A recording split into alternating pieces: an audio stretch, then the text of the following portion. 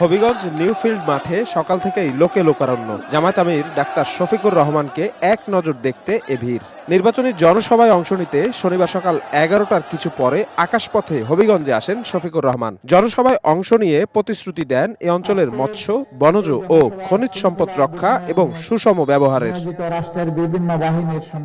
বক্তব্যে বলেন, রাজনীতি যাদের পেশা তারাই চাঁদাবাজির সঙ্গে যুক্ত। তার দলের নেতাকর্মীরা পেশা নয়, রাজনীতিকে কর্তব্য হিসেবে মনে করে বিধায় চরম দুঃসময়েও দেশ ছেড়ে যায়নি। ক্ষমতায় গেলে জনগণের তহবিল ব্যক্তিগত খাতে খরচ না করার প্রতিশ্রুতি দেন জামায়াত আমির। রাজনীতি আমাদের পেশা নয়, রাজনীতিকে আমরা কর্তব্য হিসাবে নিয়েছি। রাজনীতিকে যারা পেশা হিসাবে নিয়েছে, দুর্নীতি, চাঁদাবাজি, মামলাবাজি, লুণ্ঠন এগুলা তারা করে। যদি বাংলাদেশের কোথাও কোনো দুর্বৃত্ত এই অপকর্ম করে, আমি আপনাদেরকে আহ্বান জানাবো, ওকে আপনারা সমুচিত শিক্ষা দেবেন।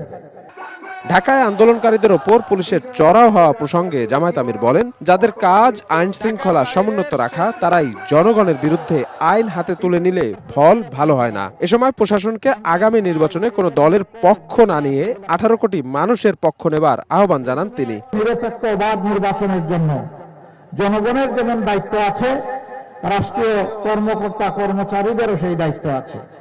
আমরা দোয়া করি তারা কোনো দলের নয়, ব্যক্তির নয়, তারা সেদিন হবেন 18 কোটি মানুষের। হবিগঞ্জের পরে মৌলভীবাজারের কুলাউড়ায় জনসভায় যোগ দেন জামায়াত আমির। বলেন, ক্ষমতায় গেলে চাঁদাবাজি ও দুর্নীতিমুক্ত বাংলাদেশ গড়ে তোলা হবে। আমরা নতুন বাংলাদেশ চাই। এই 12 তারিখ দায়িত্বশীল একটা ভোট আর বাংলাদেশের 300 আসন বা সিট আমরা যুবকদের প্রত্যাশার বাংলাদেশ করতে চাই।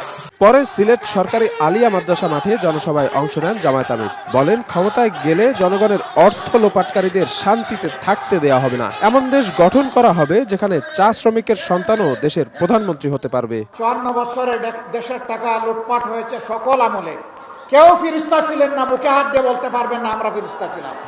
কেউ করেছেন কম, কেউ করেছেন বেশি। শুধু ফ্যাসিবাদী 15.5 বছরে বাংলাদেশ থেকে 28.5 লক্ষ কোটি টাকা বিদেশে পাচার করা হয়েছে। জনগণের এই টাকা যারা চুরি করেছে, আল্লাহ তাআলা আমাদেরকে দায়িত্ব দিলে আমরা ওদেরকে শান্তিতে থাকতে দেব না।